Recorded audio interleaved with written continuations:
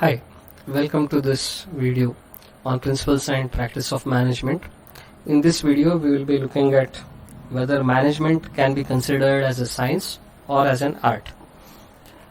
The first unit of principles and practice of management generally deals with the definition, the evolution, nature, purpose, and emergence of new theories in this subject. Now, an important question that usually arises is whether management should be considered as a science or as an art. Basically, it is a subject studied under commerce, but we have to decide whether it is a science or art, or by chance, is it both? Now, let us look at what is science and what is art, and then compare it with management activities, and then we'll try to analyze whether management is a science or an art. So, science is basically something where you can find the cause and effect relationship. The principles are universally accepted, that is, the relationship remains same across the world. Say for example, if you boil water, you require heat to boil water and you require proper water, that is without contamination, without salts, etc. And if the water quality is same, the temperature required to boil it will be 100 degrees Celsius across the world. Whether you boil it in our own Kalburgi, or whether you boil it in, say, the Himalayas, or whether you boil it in any other place for that matter, the boiling temperature of water will be 100 degrees Celsius. It will not change. You remove the heat, the water will begin to cool down. That effect is there. So there is science behind it. Okay, you can take numerous examples of cause and effect. Okay, that cause and effect is also seen in management. Okay, when you look at production department and people are producing things, now whether it is a small business like say for a hotel, etc., they have this cause and effect. The amount of salt you add, it changes the taste. So when you add salt, the taste changes, that is science. It becomes salty. If you are adding a lemon or something, it becomes sour. There is a cause and there is a effect. More salt you add, more salty something becomes. Okay, this is a simple example of, say, preparing food. But if you go into some other productions also, okay, whether it is manufacturing of steel, so if you take up manufacturing of steel, you get the raw materials and then you have to remove the impurities, and they do it by various methods of separation of substances. Firstly, they may wash it to remove mud and soil. Then they may use magnets to identify those stones which have high iron content. Then they will melt it, and at different melting points, they will remove different impurities, and lastly they will be left with very high quality steel. So that is science there. Okay, how do you roll steel into rods? How do you convert them into sheets? That is once again science. So application of pressure, etc., to convert iron bars into iron sheets, this is all science. The way cement is manufactured, it is once again science. How aeroplanes are manufactured, that is once again science. So lot of activities are scientific. That is, there is a cause and there is a effect. That is, you do something, you get a result. Okay, and that if you do the same thing, irrespective of where you are doing it and who is doing it, the end result will be the same. Okay, so what inputs you are given, if you are using those inputs in the same way, and the end result will always be the same, even if it is done at different places at different times by different people. Such activities are common in management, and therefore it is said to be a science. Like even if you take the Department of Finance, so if somebody is given goods on credit, let us say 10,000 rupees goods have been given on credit, and that person pays refunds 5,000. So the remaining balance will be 5,000. Whether you calculate it in India or any other country, whether you calculate it today or whether you calculate it tomorrow, the amount will be same. Of course, interest portion may be there. Foreign exchange fluctuation, those things are different. We are not talking about that, but what we are talking about is the cause and effect. If he has repaid certain amount, the balance amount will be the same. It will not change. Okay, so this is about scientificness. That is, there will always be, I am repeating once again, cause and effect. You do something, it has some particular effect. The outcome will be of a particular type, and whoever does it, irrespective of that, the result will be the same. But the thing is, other things must be similar. We cannot keep on changing all the environmental factors and expect the same result. All the other factors remaining constant, if you have the same cause, then the effects will be the same. You switch on a light, if there is power supply, the light will switch on. If the voltage is low, maybe it will not switch on properly. If there is no power supply, it will not switch on. Whether you do it, whether I do it, whether anybody does it, the result will be the same. If a button is switched on, power is there, the bulbs are proper, they are not short circuited, then the bulb will switch on. That is cause and effect. Management also has that cause and effect. Now let us look at what an art is. Okay, art also depends on science, but only to a certain extent.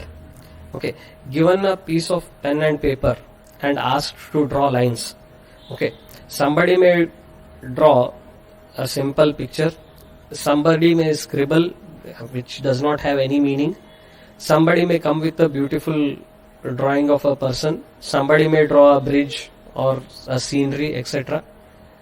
Now there is the science, it is limited only to the extent that if I draw a line on a paper using a pencil, a line will appear. But in what way I am going to draw that line, that is an art.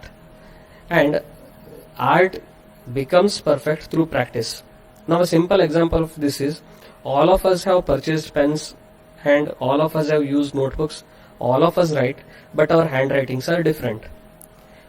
Now if it was a science, if handwriting was a science, if I am using the same brand of pen, same brand of paper and writing the same alphabets in the same language, then the handwriting should have been same. But that is not happening. The handwritings are different.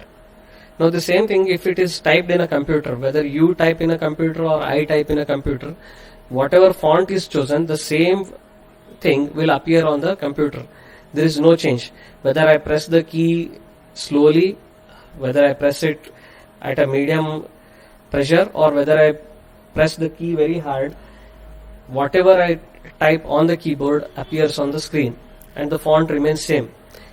If I change the font changes, but otherwise whatever I have typed is appearing on the screen as it is. So it is a science there. But when it comes to writing on a piece of paper, the handwriting differs. The difference is because the amount of practice we have put, the amount of skill, creativity, knowledge that we had, and all this put together, we practiced, and that has given us our own handwriting. Now it can be changed. It is not that it cannot be changed. We can change it, but for that it requires to unlearn what handwriting we have learned, relearn how to trace better alphabets, and practice it several times so that it becomes perfect. Like most of you might have changed your signatures. Your signature during school days would be different. Your signature when opening a bank account would be different. And probably from now on, you may try to practice your signature more, because your signatures will be required more and more frequently from now on, because you would be entering into that level of examination where every day you have to sign and your signatures would be required for various other purposes. This is a simple example of handwriting, where handwriting depends on person to person. It is an art. Now let us take an example where we will see whether something is science or art. Okay, cricket. So in cricket, a pitch, what kind of atmosphere is there prevailing and what is the nature of the pitch will determine whether the ball will swing or not. And if the ball swings, then definitely what happens? The pacers get an advantage. Okay, you have this knowledge. The science there is, because of the weather condition, the amount of swing the bowler can generate using the ball will change. Okay, that is science. Now whether a bowler is able to pitch the ball exactly at the same place or not, that is a result of continuous practice on part of the bowler. Now similarly, if we look at other activities in management, okay, if you look at production department, the activities in a production department are principally going to be based on the cause and effect relationship. So the activities in production department are generally scientific. Okay, so you give these raw materials, you process the raw materials, you use particular processes for particular duration of time, then the end result will be as per the specifications. Like for example, if you add the ingredients required to make a soap and process it as per the standardized practice, the end result will be a soap of a particular shape, of a particular size, of a particular design, having particular smell, etc. So if you change the inputs, the output will change. But if the inputs are same and the process is same, the output will always remain the same. That is, it is totally more of a science. Now, let us take this further. The way I pack this product, that is also science, because whether I protect it from getting wet or not, whether it will retain its smell or not, what kind of packing will help me to protect that product properly, that is once again science, right? Now, the way I design the packing, the way I use the fonts, the way I use the color combination on the pack, that is all once again, it appears to be science, but it is a art. It is art because the different kind of color combinations that are used, that is an art. I decide to use particular combinations and I find that customers are attracted to it, I continue with that. If I find that customers are not attracted to this kind of design, I may change the design and make it look more attractive so that the customer's attention is drawn towards that. So production is scientific, but the marketing aspect of it is partially art also. Billing, transporting the goods from one place to another place, which is part of marketing, that is all scientific.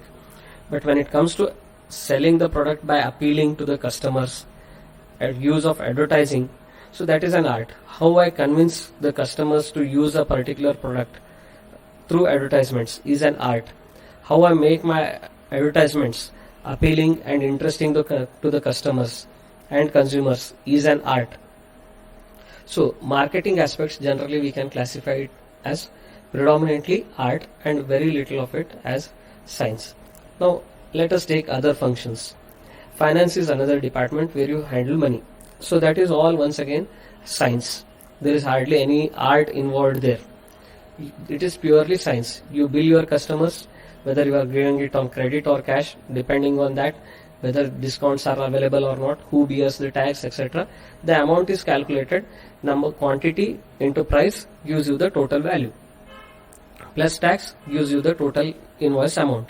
And when he pays that, your credit and debit is balanced and you come to know whether somebody has to give you money or not. So that is all purely science. There is no art involved here. But recovering the money from somebody, that may require convincing. Asking somebody to invest in your product and becoming your dealers, distributors, etc. part of marketing, but that once again requires art. Convincing, there is no scientific basis of convincing a person. It has to be done by people and that is an art. Okay. Now let us take another aspect of the management, that is human resource management. Dealing with people. That once again is predominantly art and little bit of science. The science aspect in human resource management is about how I pay the salary. So if persons are present for n number of days and per day this is the amount that is paid to that person, number of days present into per day salary will give the salary of that person. That portion is science. A person comes at this time, he is marked present. A person comes after this time, he is marked half day present. And if a person is late beyond a particular point, he is refused entry into the workplace and his attendance is calculated based on how many number of days he has attended full, how many days are half, what is the salary per day, what is the salary for half day, calculation is done, salary is paid, wage is paid. So that is purely science, no art here. But when the person comes into the organization, how well will you motivate him to do his best, to give his best, to put in his best effort? Okay, that is an art. If a person comes to the workplace in a bad mood or in a sad mood, how do you pep him up? How do you make him to feel comfortable and do his work properly? That is an art, and that comes through practice. Remember, art also has some scientific foundation. It is not that art does not have scientific basis. Art has a scientific basis, but that scientific basis has to be practiced, and through practice you acquire perfection, and that perfection at a later stage can be said it is a science. But because we are people and our levels of practice are different, what happens is our excuse me, our outputs will be different. Given a paintbrush and different colors and a canvas, what you paint and what I paint or what some artist paints will be different, because the practice that we have put in is different. We know that yes, yellow mixed with green gives this color, red mixed with green gives this color. We know the different color combinations. If we mix two colors, what will be the outcome of that? We know that. That is science portion of it. But how do I apply that on a portrait? That is art. Okay, I hope you are understanding this. Like even if it is preparation of food at home, if you add these ingredients, this will be the end taste. That is science. Okay, but how you present it to somebody, that is once again an art. How well you decorate it, that is an art, and that comes through practice. Okay, so in management, production and finance are predominantly science. Marketing and human resource management are predominantly arts oriented, and therefore we cannot say that management is purely a science or management is purely only an art. Management is both science and art, and we have to use the scientific principles properly, and wherever art comes in, we must ensure that there is lot of thorough practice on part of the individuals, and by thorough practice the skills keep on developing, and through excellent skills the quality of the output can be increased. So this is about management being both a science as well as an art. Thank you, and if you have any queries, doubts, or if you want further information, you can get in touch with us. Thank you.